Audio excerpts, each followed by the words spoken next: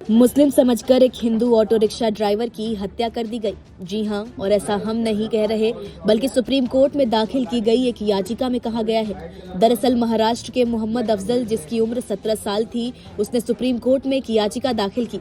अफजल की याचिका अकोला में साल 2023 में हुए दंगों से संबंधित थी।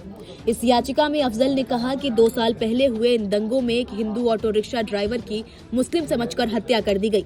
उसने 4 लोगों को देखा था। आरोपियों में से एक के बाद में राजनीतिक संबंध भी उजागर हुए थे। आरोपियों ने अफजल पर भी हमला किया था, जिसमें वो घायल हो गया था। अफजल के मुताबिक वो हिम्मत जुटाकर पुलिस स्टेशन पहुंचा और खुद पर हुए हमले की शिकायत दर्ज कराई। हालांकि पुलिस ने उसकी कोई सुनवाई नहीं की। इसके बाद एक शिकायत अकोला के पुलिस अधीक्षक से की गई, लेकिन उन्होंने भी दिलचस्पी नहीं दिखाई। बाद में हत्या के शिकार की पहचान विलास महादेव राय गायकवाड़ के रूप में हुई। विलास एक मुसलमान का ऑटो रिक्शा चलाता था। अफजल का दावा है कि गायकवाड़ की हत्या इस गलतफहमी में की गई कि वो एक मुसलमान है। इस मामले पर सख्त टिप्पणी करते हुए सुप्रीम कोर्ट के जस्टिस संजय कुमार ने कहा कि राज्य को धार्मिक उत्पीड़न और धर्मनिरपेक्षता से जुड़े मुद्दों से निपटते समय स्पष्ट पारदर्शिता और निष्पक्षता दिखानी चाहिए।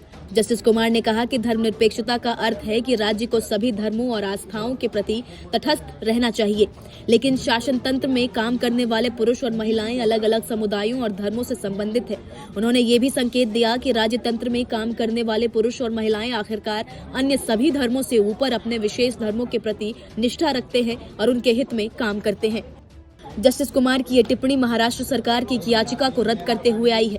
इस याचिका में राज्य सरकार ने सुप्रीम कोर्ट के उस फैसले की समीक्षा करने की मांग की थी, जिसमें 2023 की अकोला सांप्रदायिक दंगों की पृष्ठभूमि में हमले के आरोपों की जांच के लिए एक ऐसी एसआईटी के गठन का निर्देश दिया गया था, जिसमें पुलिस और हिंदू पुलिस अधिकारी बराबर संख्या में हों।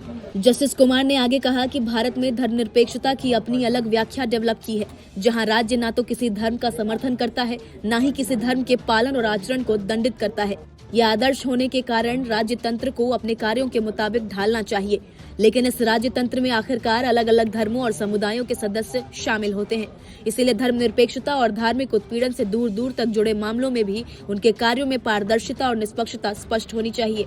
हालांकि सुनवाई कर रही पीठ के दूसरे जस्टिस सतीश चंद्र शर्मा ने राज्य सरकार से सहमति जताते हुए निष्कर्ष निकाला कि फैसले पर पुनर्विचार की जरूरत है, जिससे समीक्षा याचिका पर उनकी राय विभाजित हो गई। जस्टिस कुमार ने सितंबर महीने में निर्णय सुनाया था कि जांच में पारदर्शिता और निष्पक्षता बनाए रखने के लिए दोनों समुदायों के वरिष्ठ पुलिस अधिकारियों को शामिल करते हुए एक एसआईटी का गठन किया जाना चाहिए। उस समय जस्टिस शर्मा ने भी इसका समर्थन किया था।